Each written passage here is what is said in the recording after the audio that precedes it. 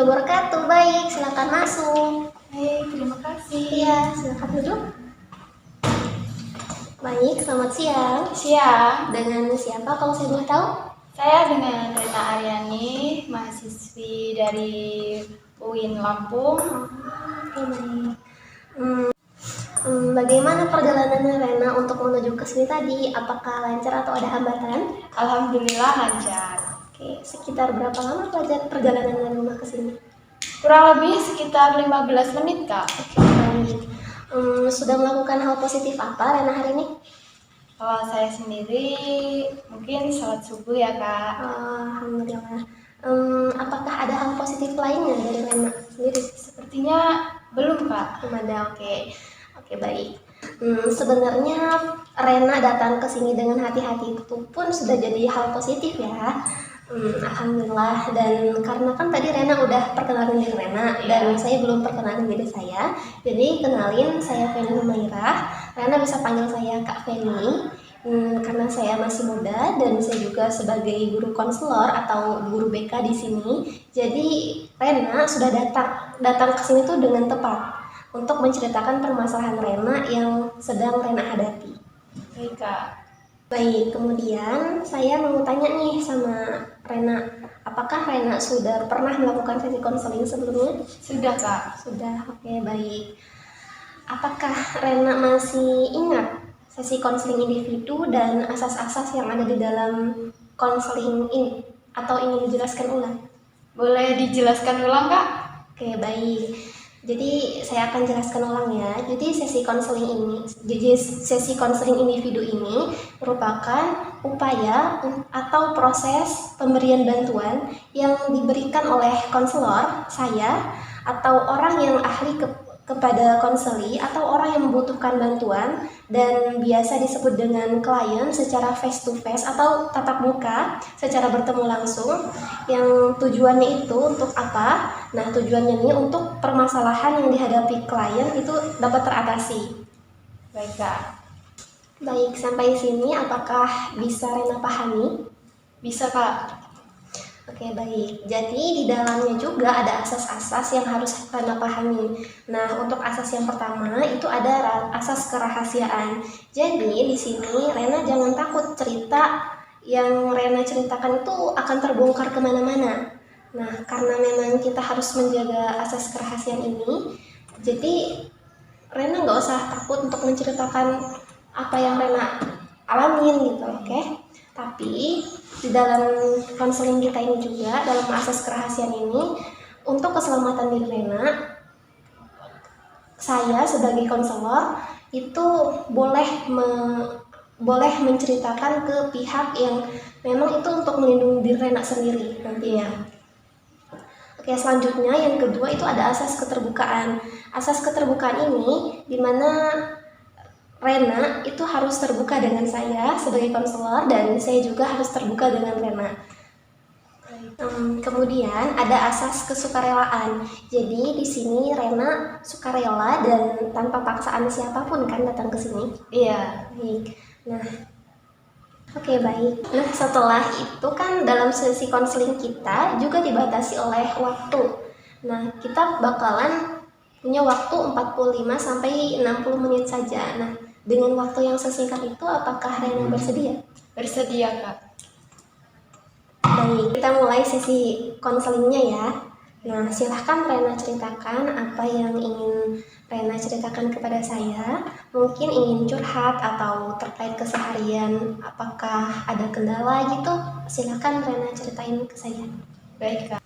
Jadi gini, Kak, saya mau sedikit cerita. Nah, saya kan sebagai mahasiswi nih, pas saya menjalani perkuliahan itu kan banyak tugas pastinya. Nah, saya itu kadang bingung, saking banyaknya tugas numpuk, jadi saya bingung harus mulai dari mana. Sampai saya itu kadang cemas juga, ini bisa selesai nggak, kayak gitu. Nah, saya itu juga pengen, Kak, ngubah kebiasaan buruk saya ini jadi yang lebih baik, tapi saya bingung mulainya dari mana. Oke, baik. Jadi Rena tadi bilang kalau kesulitan dalam mengerjakan tugas kuliah ya. Iya, Kak. Nah, tugas-tugasnya itu tuh buat Rena cemas. Terus akhirnya Rena sering nunda-nunda tugas yang banyak itu tadi. Iya. Saya mengerti dan itu adalah tantangan yang sering dihadapi oleh banyak mahasiswa.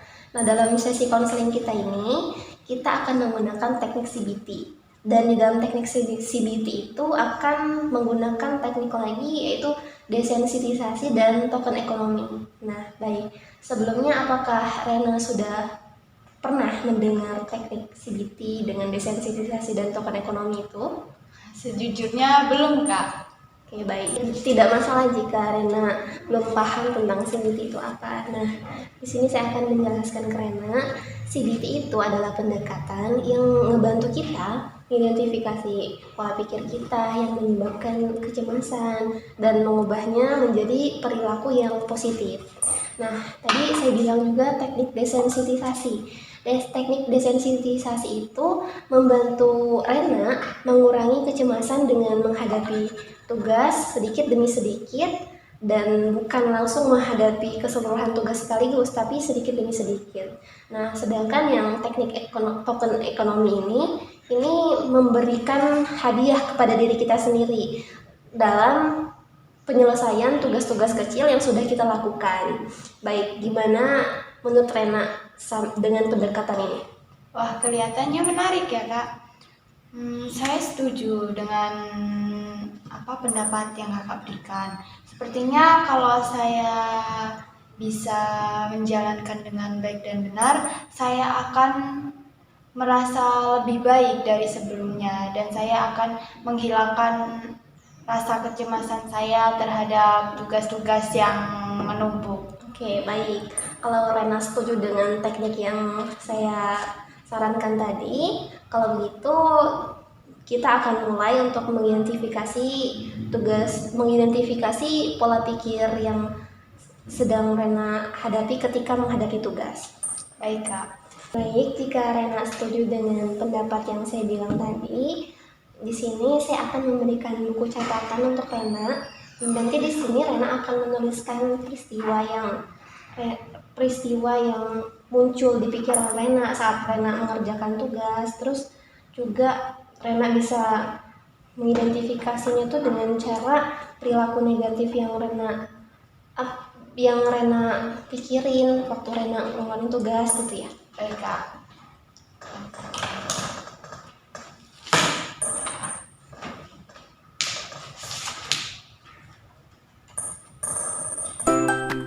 Ini Kak sudah selesai. Oke, baik. Dari yang sudah Rena catat ini, kita bakal identifikasi salah satunya ya. Ya, Kak. Jadi menurut Rena dari yang sudah Rena tulis ini ada 5. Rena yang paling membuat Rena nggak seneng gitu, peristiwa yang tidak menyenangkan saat Rena menghadapi tugas itu apa?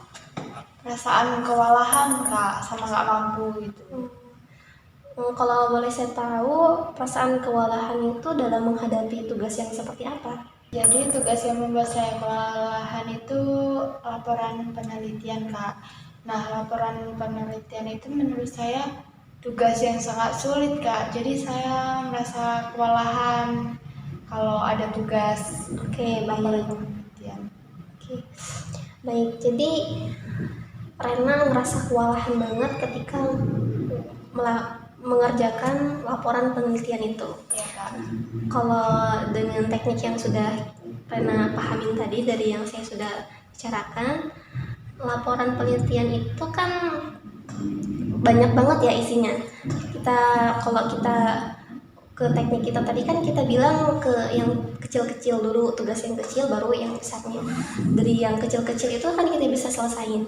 Nah, kayak misalkan laporan penelitian itu tuh ada kayak kerangka laporannya dulu. Misalnya Rena bisa buat kerangka laporannya dulu. Terus bagian keduanya ada kita cari referensinya gitu kan. Terus kemudian Rena juga bisa nulis pendahuluannya. Terus seterusnya kayak pokoknya kita cicil-cicil aja gitu sedikit-sedikit. Nah, mungkin dengan cara yang ini tugas yang besar itu tuh bisa membuat keringanan dan bisa ngebantu Rena. Gimana menurut Rena? Dari pendapat kakak tadi itu sangat membantu saya. Nah, benar juga kak, daripada langsung mengerjakan tugas semuanya, mending saya cicil satu persatu. Itu kan biar saya enak juga. Oke, benar, tepat sekali ya Ren ya. Dan langkah pertama dalam kerangka penelitian tadi kan kita membuat kerangka laporannya dulu, terus setelah selesai kerangka laporan, terus kita buat penghargaan ke diri kita. Selanjutnya kan kita tadi bilang tentang token ekonomi. Nah, token ekonomi ini berfungsi di sini, di mana ketika Rena selesaiin tugas satu, situ Rena siapin ke diri Rena hadiah apa yang bakalan Rena kasih ke diri Rena untuk ketika tugas-tugas Rena itu bakalan selesai nantinya. Baik kak, ini kak saya akan mengasih hadiah kepada diri saya sendiri, yaitu saya akan menonton film yang saya suka jika saya bisa menyelesaikan bagian dari laporan tersebut, dan saya akan lebih semangat lagi untuk mengerjakannya supaya laporan tersebut selesai.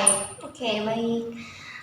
Jadi setelah Rena nyelesain langkah-langkah kecil, Rena juga ngasih penghargaan seperti nonton film yang Rena bilang tadi. Nah, dengan cara-cara ini tuh memang membuat Rena lebih termotivasi dalam mengelola tugas-tugas yang menurut Rena itu sangat berat. Gimana perasaan Rena tentang rencana yang kita buat ini?